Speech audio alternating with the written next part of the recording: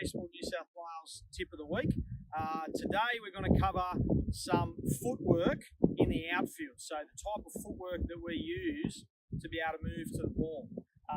In the outfield, we have to be in a position, we have to have a variety of different footwork patterns because we potentially have to move in a 360-degree circle to the ball. Okay, we might have to come in on ground balls or line drives. We might have to go left or right on fly balls, ground balls, line drives.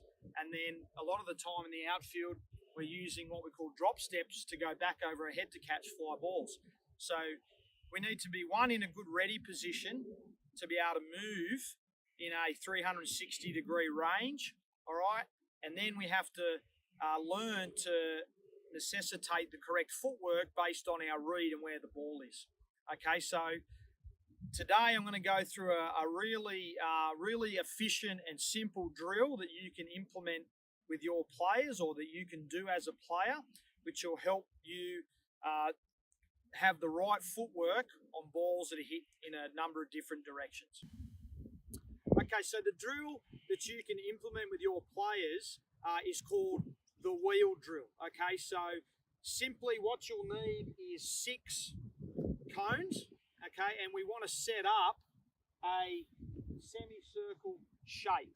So we have preferably a different coloured marker as your starting point, and then we have cones directly to our left and right. We then have cones behind us on a 45-degree angle, and then we have a cone directly behind us, okay? So these are the different angles that you're going to take to the ball. Now, you can work on 5 different angles to the side or behind you, okay? Or you can stand on the opposite side of the cone and work on 5 angles beside you and in front of you. So this is the beauty of this drill. Based on which way you face, you can work on different angles, different directions, okay? So, from a good ready position, okay, balls hit to our left and our right, we're going to use what's called a crossover step. Now the key here is we get the read with our eyes. For this example, the ball's hit to my left.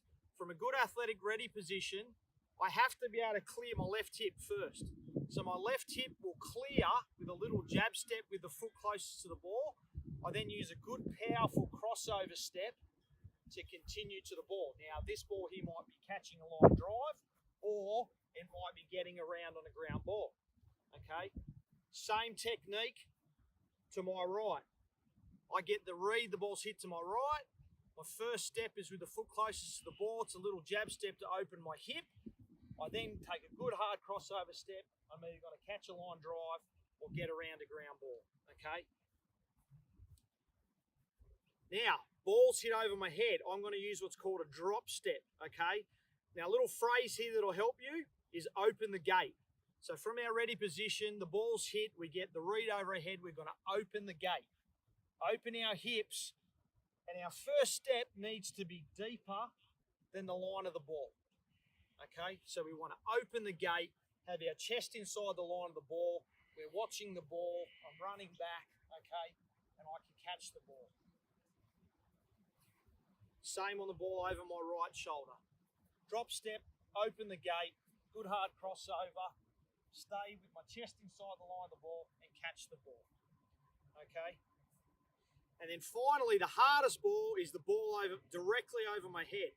So on the ball directly over your head, if this is a straight line, whichever side that you choose to drop step with, you need to ensure that that foot gets on the opposite side of the line. So my chest is inside the line of the ball, okay?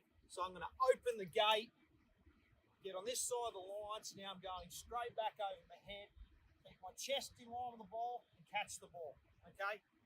So the beauty with the wheel drill is that you've got actual lines here where you can check whether the player's drop step, crossover step, okay, is direct, all right, and in the right line. You're trying to create distance and direction to the ball.